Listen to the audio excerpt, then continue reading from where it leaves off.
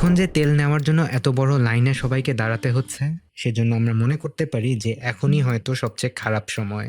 কিন্তু আমার মনে হচ্ছে সামনের সময় আরো বেশি খারাপ হতে যাচ্ছে। একটা তেলের ট্যাঙ্কারের গতি হচ্ছে 10 থেকে 15 নট, যেটা হচ্ছে একটা সাইকেলের গতির মতো।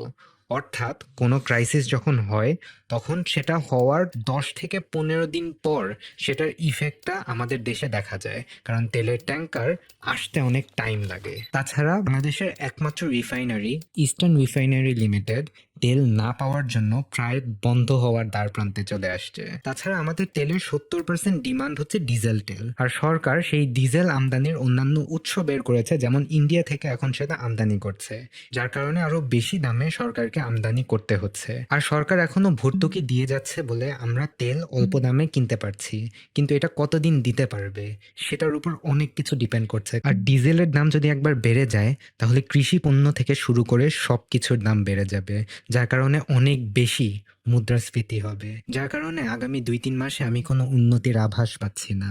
আপনার কি মনে হয়? কমেন্টে জানাবেন।